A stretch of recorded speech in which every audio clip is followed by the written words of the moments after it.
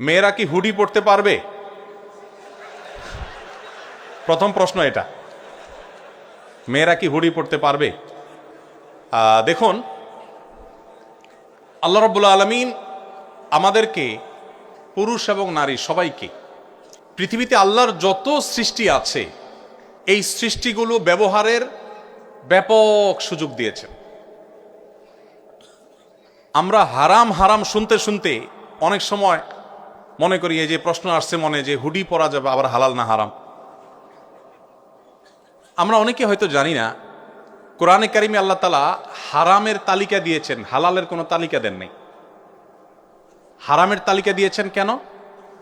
কারণ সিলেক্টিভ কয়েকটা আইটেম শুধু হারাম, আর বাকি সব হালাল। ইসলামী ফিকহের একটা গুরুত্বপূর্ণ প্রিন্সিপাল হলো, মূলনীতি হলো যে আল আসলু ফিল আশিয়াই আল ইবাহাহ। সৃষ্টি জগতের সবই মানুষের জন্য হালাল, সব।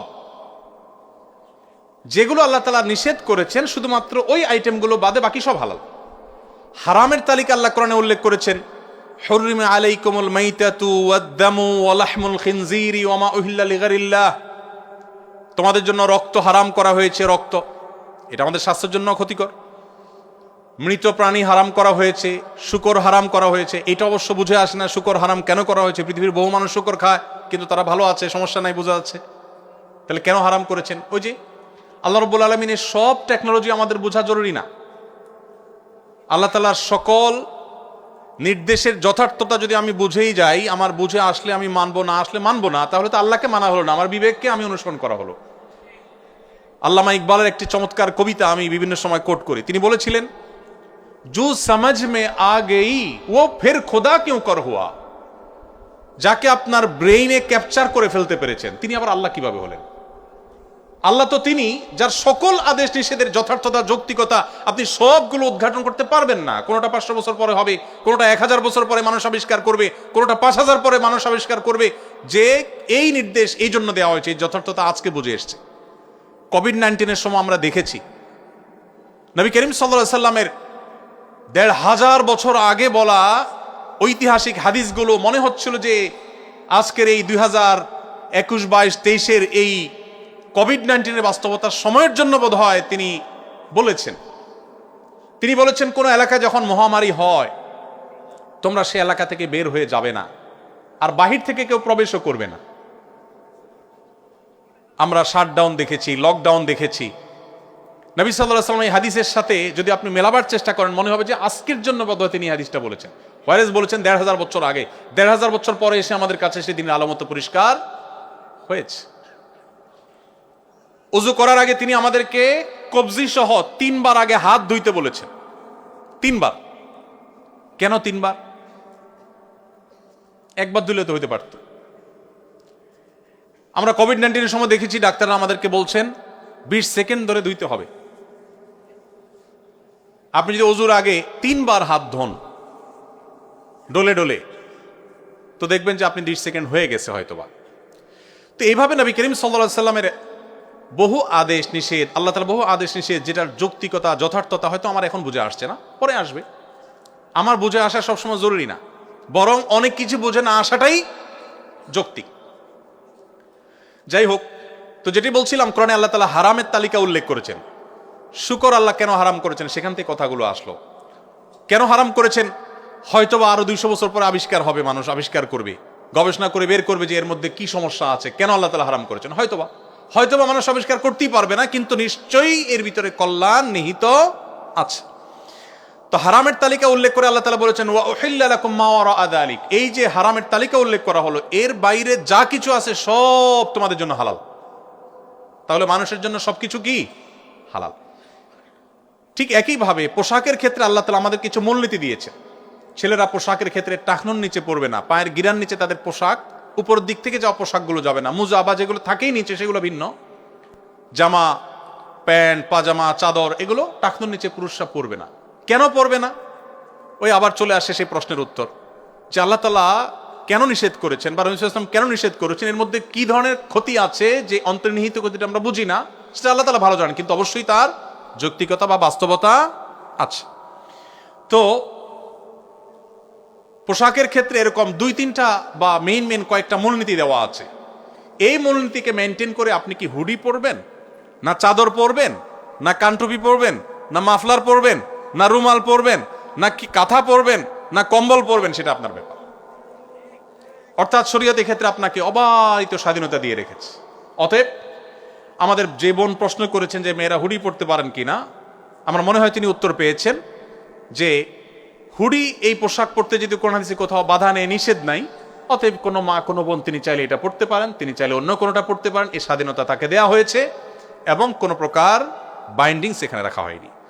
আমাদের সমাজে আপনারা লক্ষ্য করবেন, ইসলামকে এমনভাবে চিত্রায়িত করার চেষ্টা করে একটা ক্ষুদ্র অংশ এই সমাজের, একটা নির্দিষ্ট চক্র, যে ইসলাম মানে আতঙ্কের একটা ব্যাপার স্যাপার।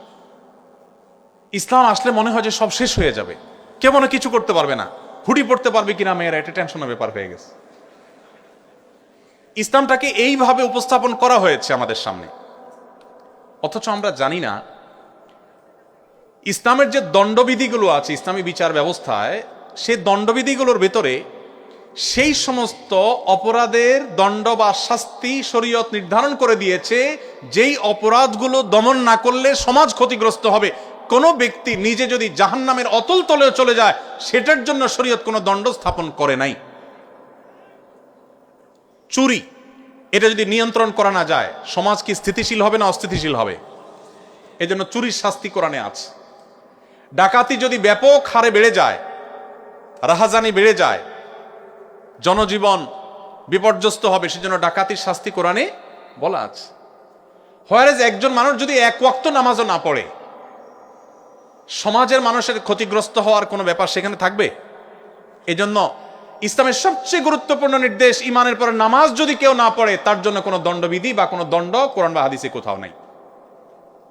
যারা ইসলামকে আতঙ্কের একটা বিষয় হিসাবে উপস্থাপন করেন, তারা মূলত আমাদেরকে ইসলাম সম্পর্কে একটা ভুল বার্তা দিয়ে রেখেছেন। আমরা অনেক মুসলমানরাও মনে করি যে ইসলাম আসলে বোধহয় আমরা একটু ভালো করে দাঁড়াইতেও পারবো না, ভালো করে বসতেও পারবো না, এমন এমন বিদঘুটে এবং আজব আজব চিন্তা আমাদের মাথায় আসে, প্রশ্ন আমাদের মাথায় আসে, মনে হয় ইসলাম মানে একেবারে আমাদের টাইট হয়ে থাকতে হবে। অথচ একজন মানুষ তিনি যদি নামাজ না পড়েন, চরম শাস্তি তার জন্য আল্লাহ তাআলা দিবেন, কিন্তু দুনিয়াতে ইসলামী শরিয়াতে কোনো দণ্ডবিধি রাখা হয় নাই, কারণ তার নামাজ না পড়ার কারণে তিনি ক্ষতিগ্রস্ত হবেন, সমাজে তার কোনো এফেক্ট হয়তো অন্যদের উপরে পড়বে না সরাসরি। সো তার জন্য কোনো দণ্ড নাই যে নামাজ না পড়লে এত বেত্রাঘাত করতে হবে, এতদিন জেল জরিমানা হবে, কোনো দণ্ডের কথা শরীয়ত বলে দেয় নাই। এভাবে বহু এক্সাম্পল আমি দিতে পারবো, যেগুলো দিনের আলো মতো পরিষ্কার করে দিবে আপনার কাছে যে ইসলাম যে সমস্ত কঠোরতা অবলম্বন করেছে, সেগুলো মানুষের সমাজের স্থিতিশীলতার প্রয়োজনে, মানুষকে অপরাধ থেকে বাঁচাবার প্রয়োজনে। আমি শুধু একটা কথা বলে অন্য প্রশ্নে চলে যাচ্ছি, সেটা হলো এই যে আমাদের দেশে প্রচুর পরিমাণ সড়ক দুর্ঘটনা হয়, একের পর এক সড়ক দুর্ঘটনা হয়, যার যা সে বুঝে কি হারিয়েছে, কিন্তু কোনো বিহিত নেই। ইসলামী শরিয়ার বিধান অনুযায়ী যদি কারোর ভুলেও কেউ মারা যায়, একজন ড্রাইভার তার ভুল ড্রাইভিংয়ে কেউ মারা গেছে, তাহলে সেক্ষেত্রে যে ব্যক্তি মারা যাবেন, নিহত হবেন, ওই ব্যক্তির পরিবারকে এই ব্যক্তি যার ভুলের কারণে মারা গেল, সে 100 ওঁটের সমমূল্য পরিশোধ করতে হবে রক্তমূল্য স্বরূপ, অর্থদণ্ড। কেন? 100 ওঁটের সমমূল্য যদি পরিশোধ করা হয়, একটা মানুষের জীবনের মূল্য 1 লক্ষ ওঁট দিয়ে হবে না, কিন্তু যাতে করে সবাই সতর্ক থাকে, কারোর যেন তেন ভুলের কারণে অন্য আরেকটা মানুষের জীবন বিপন্ন না হয়, সেজন্য ইসলাম আমাদেরকে সতর্ক করেছে, সর্বোচ্চ মানুষের জীবনের নিরাপত্তা নিশ্চিত করবার উদ্যোগ নিয়েছে। আমি জানি না পৃথিবীর কোন দেশের আইনে কি আছে, কিন্তু আমাদের দেশের আইনে অন্তত এরকম অ্যাক্সিডেন্টে মারা গেলে যাদের আত্মীয় স্বজন মারা যায়, তাদেরকে 5,000-10,000 টাকা করে অনেক সময় লাশ দাফন করার জন্য দেওয়া হয়। এটা হলো তাদের সাথে তামাশা করার নামান্তর। একটা পরিবারের উপার্জনক্ষম একদম ব্যক্তি বা যে কোনো একজন ব্যক্তি মারা যাওয়ার পর ওই পরিবার কতটা ক্ষতিগ্রস্ত হয়, এটা একমাত্র তারাই জানে যারা সাফারার হয়। আমি নিজে সৌদি আরবে যখন ছিলাম প্রবাসে, এক বাংলাদেশি ভাই মসজিদের একজন মুয়াজ্জিন ছিলেন, বৃদ্ধ মানুষ, আমার সাথে ভালো পরিচয় ছিল। অনেকদিন পরে শুনতে পারলাম যে ভদ্রলোক রোড অ্যাক্সিডেন্টে মারা গেছেন। কি হয়েছে? উনি ফজরের সময় রাস্তা ক্রস করে আসছিলেন মসজিদে আজান দিবেন, এর মধ্যে একটা প্রাইভেট গাড়ি এসে ওনাকে আঘাত করেছে, উনি স্পট ডেড মারা গেছেন। পরে আমরা খবর নিলাম যে লোকটার কি হয়েছে। সেখানে থাকাকালীন সময় আমার ডিউটির মধ্যে একটা কাজ ছিল, মাঝে মধ্যে আমাকে কোর্টে যেতে হতো। বাংলাদেশি কোনো আসামি থাকলে তাদের মধ্যে জাজদের দোভাষী হিসাবে কাজ করার জন্য মাঝে মধ্যে আমাদের ডাক পড়তে যেতে হতো। তো এই ভদ্রলোকের বিষয়টা আমি মনিটর করলাম এবং জানলাম যে ওই যে ইসলাম শরিয়ার নির্দেশ অনুযায়ী 100 ওটের মূল্য দিতে হবে। 100 ওটের মূল্য হিসেব করলে কত কোটি টাকা হবে আল্লাহ জানে, আমি একজাক্ট হিসাব বের করতে পারব, তবে বিপুল পরিমাণ অর্থ। এটা ওই ব্যক্তির পরিবারের কাছে যেন পৌঁছানো হয়, সেজন্য যেই ভদ্রলোকের গাড়ি অ্যাক্সিডেন্টে মারা গেছে উনি নিজে পুলিশ ছিলেন, তাকে জেলে পোরা হলো এবং যতদিন পর্যন্ত এই টাকা পরিশোধ করতে না পারবে ততদিন পর্যন্ত জেলে থাকবেন। এত টাকা পরিশোধ করার ক্ষমতা না থাকলে নিহত ব্যক্তির পরিবারের হাতে পায়ে ধরে তাদের কাছ থেকে যদি কমায় নিতে পারে, মাফ নিতে পারে, তাহলে বের হতে পারে। এটাই ইসলামের নির্দেশ। এখন দেখুন এই যে কঠোরতা ইসলাম অবলম্বন করেছে, কেন? মানুষের জীবন নিরাপত্তার প্রয়োজন। ইসলামের বিধিবিধানের যত কঠোরতা আছে সেগুলো আমাদের কল্যাণার্থে, অন্য কিছু নয়। এই একটি বিষয় যদি আমরা আমাদের মধ্যে ধারণ করতে পারি, ইসলাম নিয়ে আমাদের যে আতঙ্ক সৃষ্টি করা হয় আমাদের সমাজে, সেটি দূর হয়ে যাবে। অনেক সময় যারা ইসলামের কথা বলি, আমরাও ইসলামকে ভুলভাবে উপস্থাপন করি, এমনভাবে উপস্থাপন করি মানুষ ভীত সন্ত্রস্ত হয়ে আতঙ্কিত হয়। সেটি আমাদের ভুলের জায়গা। তো এই জন্য মেয়েরা শুধু হুডি পড়াই নয়, অন্য যত ক্ষেত্রে স্বাধীনতা শরীয়ত দিয়েছে সকল স্বাধীনতা তারা ভোগ করতে পারবে। এটা তাদের চয়েসের ব্যাপার। চয়েসের ব্যাপারে শরীয়ত আমাদেরকে কোনো প্রকার হস্তক্ষেপ সচরাচর করে না, আমাদের একান্ত বিশেষ কোনো সিলেক্টিভ যদি কোনো ইস্যু থাকে সেটার বিষয়ের বাইরে।